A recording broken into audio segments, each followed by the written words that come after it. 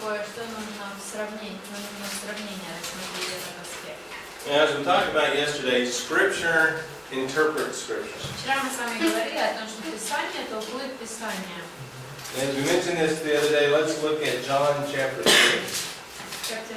3. Давайте посмотрим Иоанна 3 главу. Thank you.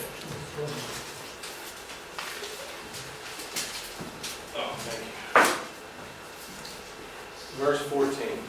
14 стих. So, when we come to the New Testament, we let the New Testament interpret the Old Testament. Так, когда мы рассматриваем Новый Завет, нам нужно позволить Новому Завету толковать Ветхий Завет. And Jesus makes this comparison with the serpent in the wilderness. И здесь Иисус проводит такое сравнение с этим змеем в пустыне. In John 3:14. Иоанна 3:14.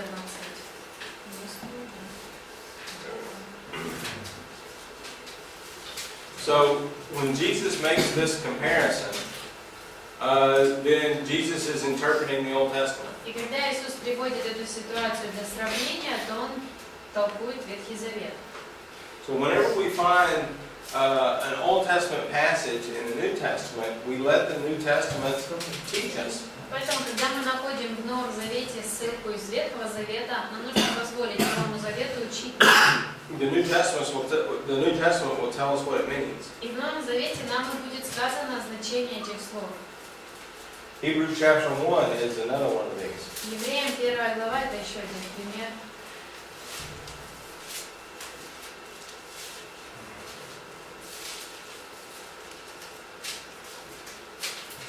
If you notice in Hebrews chapter 1, starting in verse 5, you have many quotations. С первого стиха в 1 главе у нас начинается целая череда цитат. So in verses 3 and 4, the Son of God is being brought out as the subject. С 3-4 стихов там поднимается вопрос, тема Сына Божьего. And in verse 5, he asks the question in regard to a comparison with angels. А в 5 вопросе он задает вопрос, как его сравнить с ангелами. And so as he quotes this from Psalm 2:7, he's talking about the Son of God. И когда он цитирует этот Псалом 2:7, он говорит о Сыне Божьем. And he makes another quotation from 2 Samuel 7:14.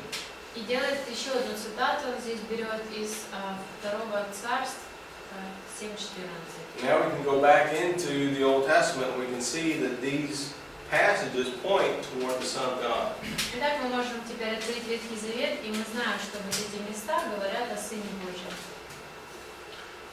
So as we make these observations, we're learning how to interpret the Old Testament. Итак, наблюдая за всеми вот этими моментами, мы учимся толковать Ветхий Завет. One of the other concepts of comparison comes from word studies. Еще одна концепция сравнения заключается в изучении слов. Ephesians 4:11 and 12 is an interesting word. Ефесянам 4:11-12. It's the word equipping. Там интересное слово. And verse 12 is that.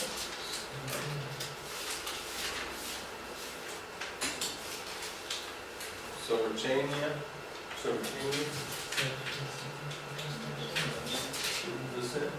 совершению. In Russian, perfection, perfecting, completing. Okay.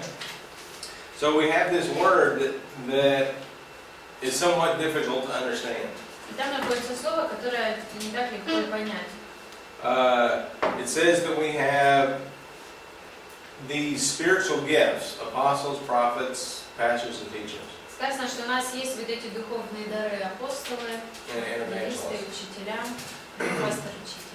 And those spiritual gifts are for doing something to the saints. И сказано, что вот эти дары для того, чтобы что-то делать для святых или со святыми. So we have this word here in Greek. И на греческом вот слово, которое там используется. Katartismos. So we can take a look at this word and we see that it occurs one time. Мы можем просмотреть это слово, оно упоминается лишь один раз. Well, that's not very helpful. Это не очень нам помогает. But it does have a root word and some other words that are related to it. Но тут показаны также его корень и другие слова, которые на основании этого корня есть.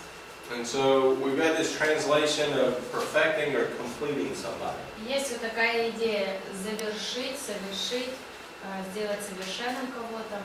Now, how are me or you as a pastor going to complete a saint? Каким же образом я, вы, вот, будучи пасторами, как мы можем кого-то усовершенствовать, довести до завершения? Well, let's take a look at katartizo. This would be a verb form. Давайте посмотрим катартицию, это глагольная форма этого We слова. have 13 uses of this. So this word is used several places. Вот это слово уже 13 раз используется. So here's where this word is used, and in 13 places it has a bunch of definitions. И почему аж 13 раз мы видим использовать это слово? Это потому, что у него немало определений. It means to mend, as in mend a net. To fix a net, fishing net. Например, может означать оно отремонтировать сеть рыболовную. It means to complete. Может означать завершить. It means to fully train someone. Может означать полностью подготовить, подготовленный. It has the meaning of restoring something after it's broken. Есть такая идея восстановить что-то после того, как оно было разбито.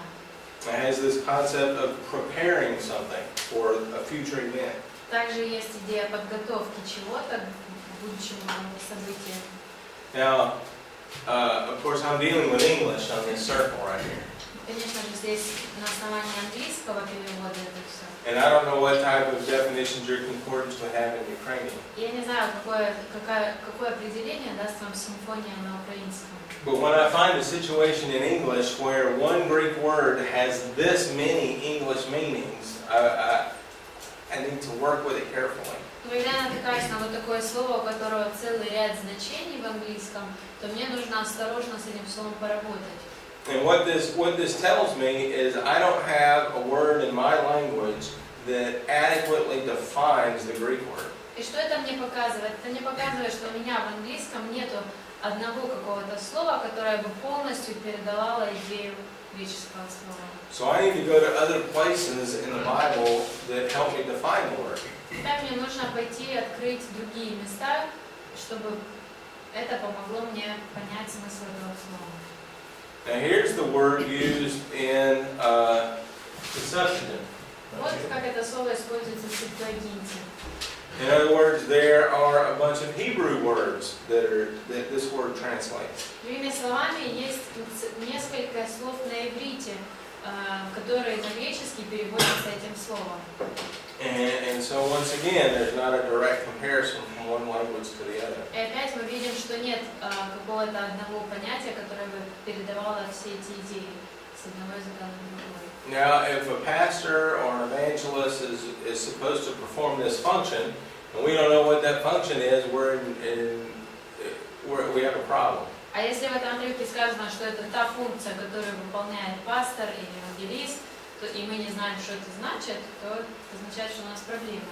So we want to go in, we want to do a word study of something like this. Итак, нам придется пойти поизучать это слово. And so we want to find all the different places this is used. И найти все упоминания этого слова.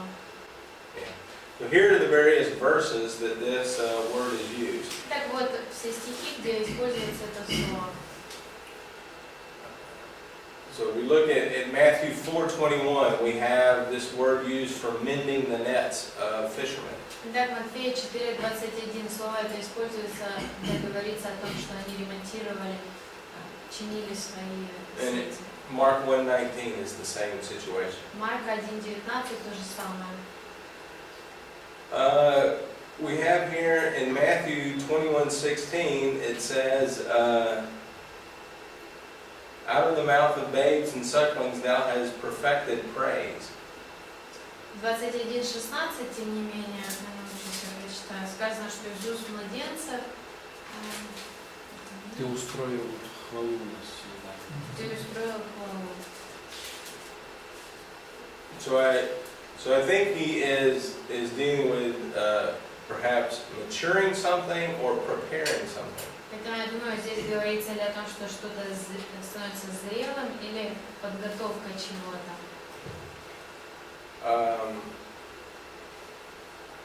And here we see in Luke 6:40. I guess I should just let you Луки read that. 6:40. And so here it looks like we have this learning process of going from a disciple to a master. Здесь мы видим, речь идет о процессе обучения, как один и как человек может перейти от ученика к учителю. And it seems like part of the goal is to get the disciple to grow up and be as mature as the master. И здесь выглядит так, что он говорит, что часть этого всего процесса – это чтобы ученик становился более и более зрелым и достиг уровня учителя. So now we see this, again, it's a preparation concept, but it's leading to maturity.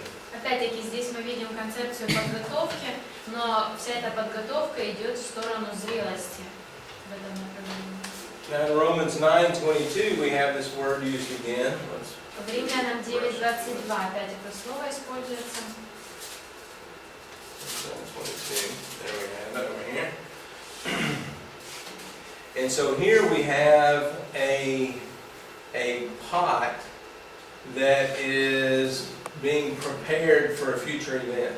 Здесь говорится о сосудах, которые подготавливаются к какому-то событию в будущем. I mean, the pot isn't growing up to become mature, Потому что сосуд, он не растет, не становится зрелым. and the pot isn't being repaired as if it was broken. И также мы его не чиним, как будто бы он был сломан. But it has a preparation for something that's going to happen in the future. Но происходит подготовка для чего-то в будущем. Let's see.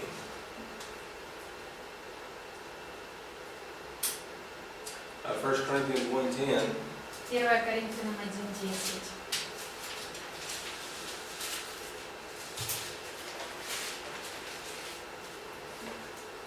So now we see this word being used on putting people together. Здесь мы видим, это слово используется с идеей соединить людей. So there is a process by which people start thinking alike. То есть какой-то процесс, в результате которого люди начинают мыслить одинаково. So now we're starting to shape this concept of what a pastor, an evangelist, an apostle, what they're supposed to be doing. Итак, видите, мы все больше и больше отшлифовываем, какая же идея в этом слове, когда оно используется по отношению к пасторам, учителям, что они должны делать. Galatians 6:1 has another little flavor to it. Галатам 6:1, еще один оттенок этому слову там придает этот контекст. Galatians 6:1. So here we see this word used to restore somebody that has sinned. Здесь мы видим, что речь идет о том, чтобы восстановить того, кто согрешил. And so again, he's being brought back together with the rest of us. Опять-таки говорится о том, что он должен опять воссоединиться с нами. So as you go through a process of a word study, you start to see various concepts in that word. То есть, когда вы исследуете слово отдельно, вот так вот, вы видите разные аспекты его значения. Now we have to remember that the context is what gives us the meaning. Опять-таки нам нужно помнить, что именно контекст придает смысл слову. Sometimes we have a word like this word in Ephesians 4:12 that's very hard to define. Иногда мы натыкаемся на вот такие слова, как в Ефесянам, которые трудно определить. 4:12. In other words, back here we see that one meaning doesn't dominate this word. То есть мы видим, что одно какое-то значение не доминирует над другими. It's pretty well equally used by all these meanings. Довольно в равной степени распределены все значения этого слова. But if we look at all the verses in which this word is used, we now see several things that are related. Но если мы посмотрим все использования этого слова, мы видим несколько способов, которыми несколько использований этого слова. We're fixing something that's broken. То есть, когда мы ремонтируем что-то сломанное, There's a maturing process, также процесс становления зрелым, bringing people all together, соединение людей and we're preparing for a future event. и подготовка к каким-то будущим событиям. So these concepts pretty well fit with the basic reading of that verse. То есть все эти концепции довольно хорошо вписываются вот в этот стих. So when we read Ephesians 4:12 again, Давайте еще раз прочтем Ефесянам 4:13. we have a little shape of what this word actually means. Здесь мы уже мы немного прочувствовали с вами, что же значит это слово. So once again, the point is to compare Scripture with Scripture. Опять-таки, весь смысл этого всего, чтобы мы сравнивали Писание с Писанием. In comparison as well, you can use biographical studies. Также при сравнении можно использовать исследование биографии. For example, if you wanted to study the life of Moses, where do you go? Например, если вы хотите изучить жизнь Моисея, куда вы обратитесь? Pentateuch, and of course his life spans everything. The Exodus is the major piece. Да, конечно, его жизнь охватывает несколько частей, но основной центральной частью будет исход. And basically he has 3 parts to his life. По сути, из 3 частей состоит его жизнь. There's 40 years in Egypt, 40 лет в Египте, 40 years out in the wilderness, 40 лет в пустыне, and then 40 years with the children of Israel through the wilderness. и затем еще 40 лет с детьми Израиля. I guess that second period is, where is it, Midian, or I think it is Midian. So he has 3 parts of his life. Итак, из 3 частей жизнь его состоит. However, the New Testament also talks about Moses. Тем не менее, в Новом Завете тоже упоминается Моисей. And so if you look at, say, Acts chapter 7, Так, если вы посмотрите Деяния 7 главу, you notice some important parts to this study about Moses. вы там можете увидеть довольно важные детали для этого изучения, исследования. And so if you look at Acts chapter 7, verse 20, we learn something new about his birth. 20 стих, там мы узнаем что-то новое о его рождении. And it talks about him being educated in Egypt in verse 22. В 22 сказано, что он получил образование в Египте.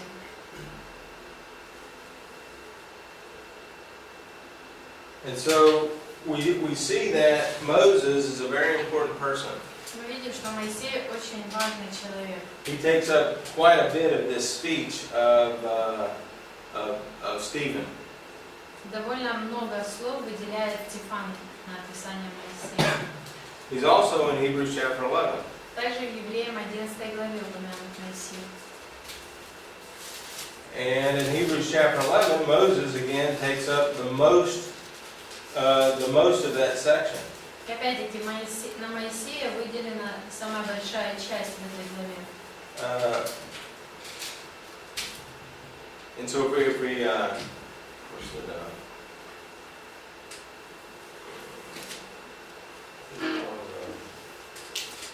The law of proportion.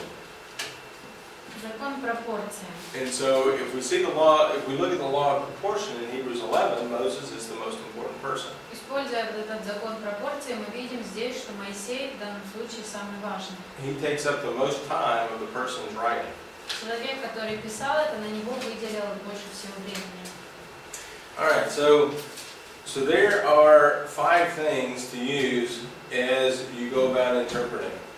Итак, 5 вот пунктов, которые можно использовать, когда вы занимаетесь You толкованием. want to look at the content, Мы рассматриваем содержание, take a look at the context, рассматриваем контекст, go find us a concordance or dictionary to look things up, смотрим симфонию или в словаре что-то. have someone tell us about the culture. Затем кто-то о культуре должен написать. Now, as I gave a warning before about commentaries, commentaries are great for culture. И я предупреждала вас о комментариях до этого, но хочу сказать, что комментарии хорошо подходят, чтобы узнать культуру. And so commentaries will do a lot of that work in helping you find the cultural meaning in some passages. Итак, комментарии как раз полезны, чтобы там уже вся работа проделана, и можно уже готовы прочитать информацию о культуре. And then we want to make comparisons. И затем также нужно провести сравнение. And again, commentaries may help with the comparisons and various word studies and other comparisons. И опять-таки комментарии могут помочь для сравнения. They'll particularly help you out with comparisons of meaning.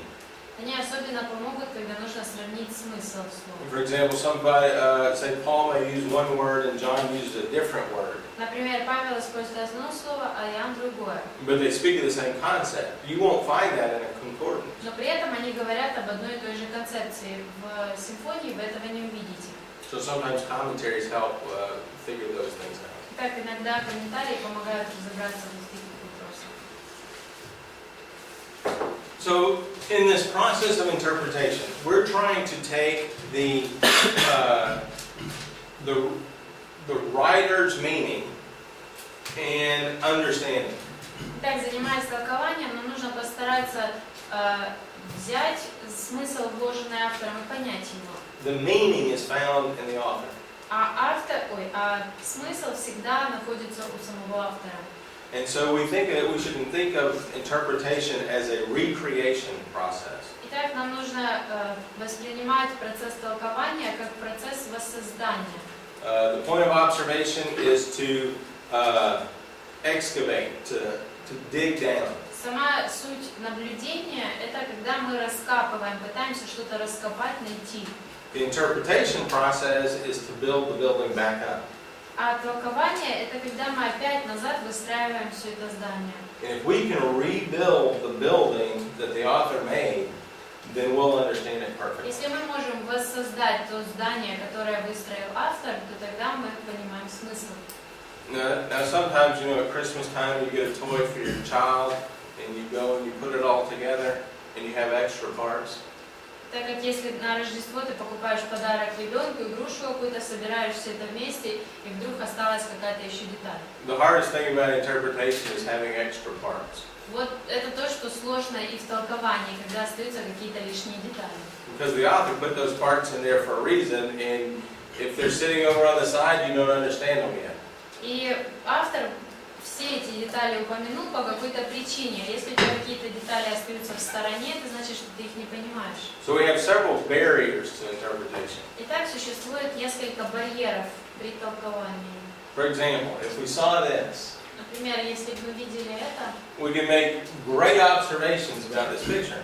то мы можем невероятное толкование вывести из этой картины. But if we didn't understand the language, we could never interpret it.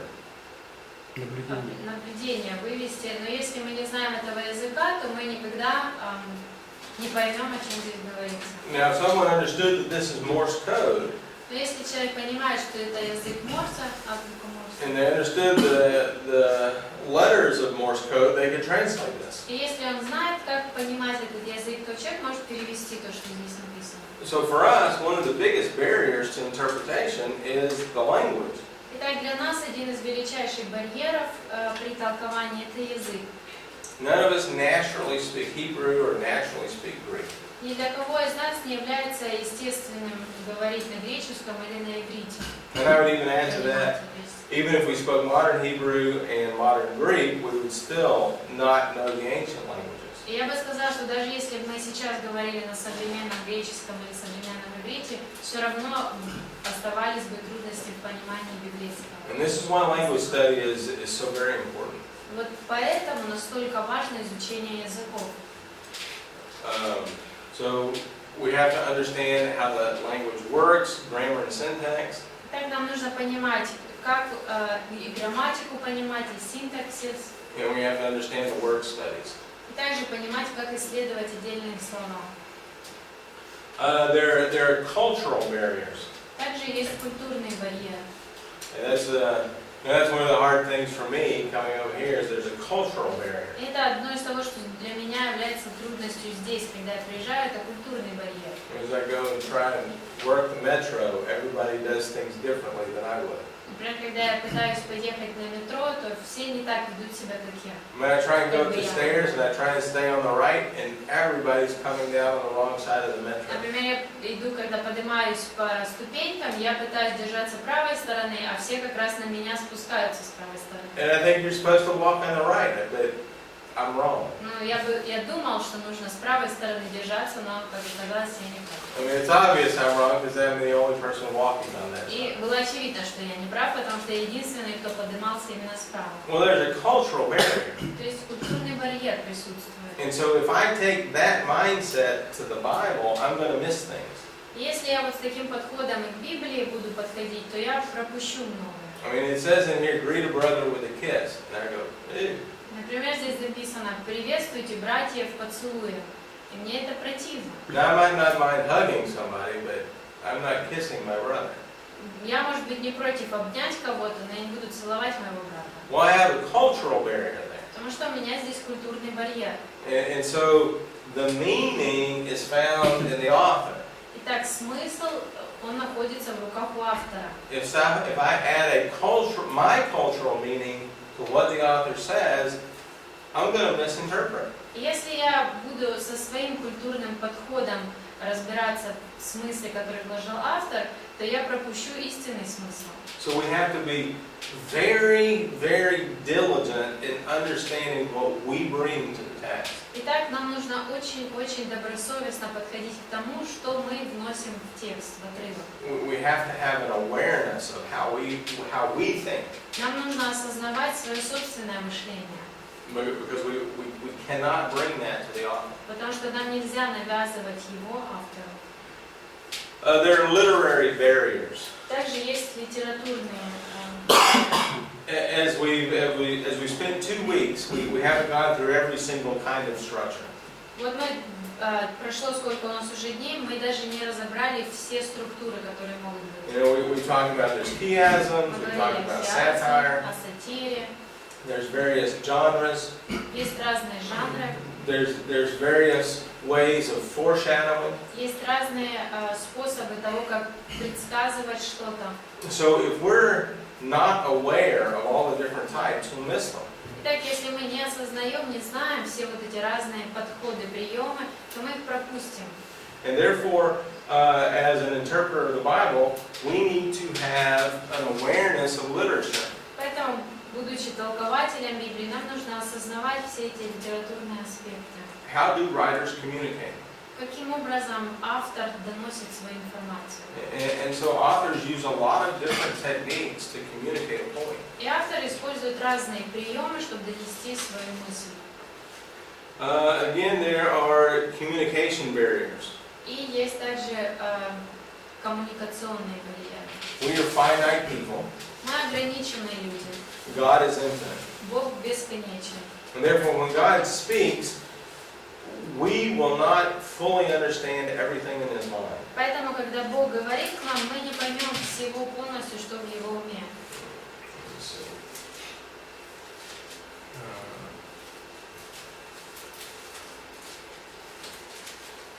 Well, look at this. Ecclesiastes 3:11, I believe. Посмотрите Экклезиаст 3:11.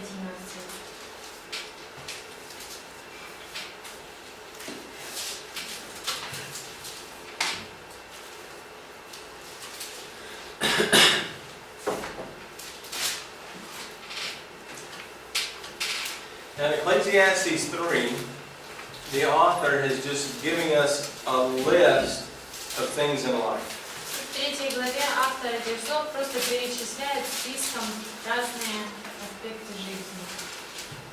And he's given us this list, which is in the form of first and last. И он преподносит выносит этот список в форме первого и последнего. He goes all the way to one end of something, all the way to the other end of something. Он от одного конца чего-то идет к другому концу чего-то. For example, he says there's a time to be born and there's a time to die. Например, он говорит, есть время рождаться, есть время умирать. Now, when he makes that type of a statement, that's a figure of speech. И когда он вот такие вот высказывания делает, это тоже образная речь. And he says there's a timing to every part of life. Он говорит, что есть время для любой части жизни. It's not just birth and death, but it's everything in between too. Здесь вопрос не только родиться и умереть, а все, что между этими событиями тоже. And so to summarize this list in verse 11, would somebody read verse 11 for us? И в 11 стихе он подводит итог этому всему списку. Прочтите кто-то 11 стих. Всю соделал он прекрасно в свое время, и вложил мир в сердца их, хотя человек не может постигнуть дело, которое Бог делает от начала до конца. Now here's a point of frustration from the preacher. И вот уже когда the point of frustration, вот тот момент, когда он уже показывает свое разочарование, автор. Everything has an appropriate time.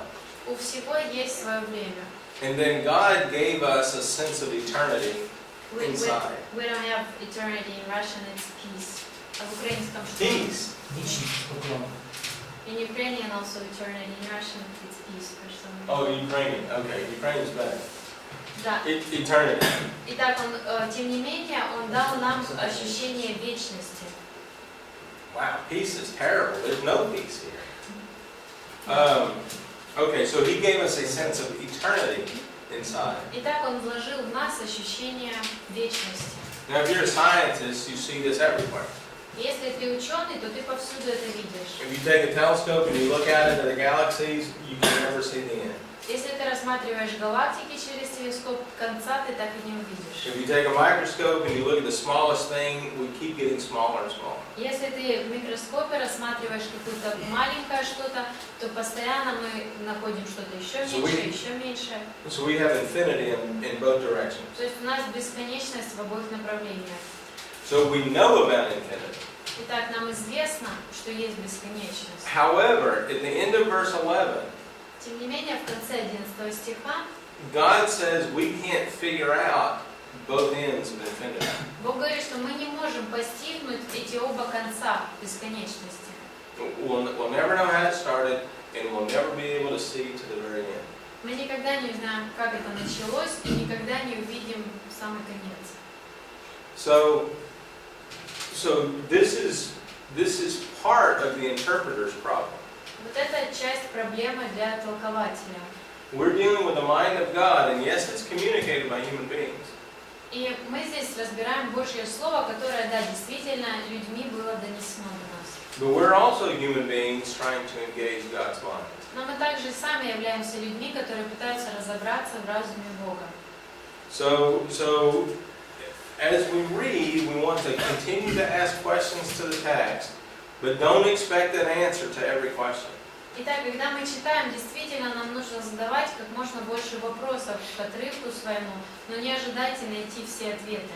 Sometimes we just have to set aside the questions and wait. Иногда нужно просто отставить в сторону вопросы свои и подождать. And it's better to wait than come up with a bad interpretation. А лучше подождать, чем придумать какое-то плохое толкование.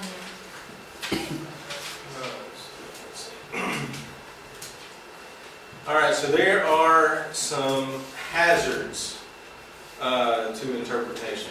И существует также несколько угроз толкования. Let's see. First one is misreading the text. Первое это when you say reading, you mean not just reading or Reading it wrong. Misreading. неправильное прочтение текста. So this goes back to the grammar issue. То есть здесь вопрос опять возвращается к грамматике. John 14:6. Jesus says, "I am the way." Иоанна 14:6. Иисус говорит: «Я есть путь». In Greek, we have the article in front of these words. В греческом стоит артикль перед этими словами. So he is the way, the truth, and the life. То есть он говорит, что он является тем самым путем, той самой истиной и той самой жизнью. Now, if we come to the text and we read that I am a way to Но the если Father, мы читаем это и читаем эти слова и воспринимаем их как «Я есть один из путей, какой-то путь», now we've opened up the idea that he's one of many different ways to the Father. тогда у нас получается такая идея, что он один из путей к Отцу. You know that there are no articles in Russian. How do you have indefinite? Well, right, I can say this. There are This different ways to kind of Mhm. give the idea, but just prove it. Yeah, no, I know. I was wondering how this was going to communicate. So, as you translate into Russian, Ukrainian, you have to take this article in Greek and translate it properly. Поэтому, когда мы пытаемся перевести на свой язык с греческого, нам нужно как-то отобразить идею, что присутствует этот артикль, и его идею перевести. Jesus is making an exclusive statement. И Иисус вот этими словами подчеркивает эксклюзивность. So if we mistranslate or misread, we have a false idea. Итак, при неверном прочтении получается неверная идея. Here's a fun one that I've heard quoted a bunch. Вот еще одно интересное место, которое я часто слышу цитируют. Money is the root of all evil. Деньги – корень всех зол. Now, is that what that verse says? Действительно ли так написано в этом стихе? It's not money. Money is not the root of anything. Не деньги корень, а деньги вообще не являются корнем ничего. This passage says it's loving money. Здесь говорится именно любовь к деньгам. It's the love, the desire, the change of behavior for only to get money is what the root of evil is. То есть любовь к деньгам, желание этих денег, перемена в поведении – вот что является корнем всех зол. Money simply makes it easier for us to exchange goods. Деньги всего лишь помогают нам легче обмениваться товарами. Money is neutral. Деньги сами по себе нейтральны. And so, if we misread what it says, then we will have a false theology. Если мы неверно прочитаем то, что там написано, получается неверное богословие. Let's see, Psalm 37:4. Псалом 36:4.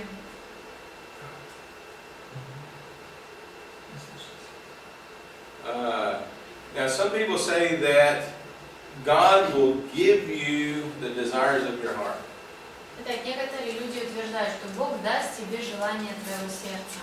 That's not what this says. Но не так написано здесь. There's something that comes before that. Есть предшествующие слова. We have to recognize there is a delight ourselves in the Lord, Нужно признать, что там сказано «утешайся Господом», and He will give you the desires of your heart. и Он исполнит желание сердца твоего. Now think of how the psalmist is saying this. Теперь подумайте, как именно, что пытается сказать этими словами псалмопевец. If I delight myself in the Lord, Если я утешаюсь Господом, will I have a desire to commit adultery? то будет ли у меня желание совершить прелюбодеяние? No. Нет. If I delight myself in the Lord, will I hate my brother? Если я утешаюсь Господом, буду ли я ненавидеть своего брата? Of course not. Конечно, нет. So this desires of your Lord, of the desires of your heart, has a qualification. Итак, есть требование к вот этому второй части, что он исполнит желание сердца твоего. So we have to be careful on how we read. Итак, нам нужно осторожно читать слова, написанные в Библии. Y'all just look like y'all are just beat to death. Вы все выглядите как уже при смерти. Oh my! I guess we can stop. Можем остановиться сейчас Come back at 12:30. и в 12:30.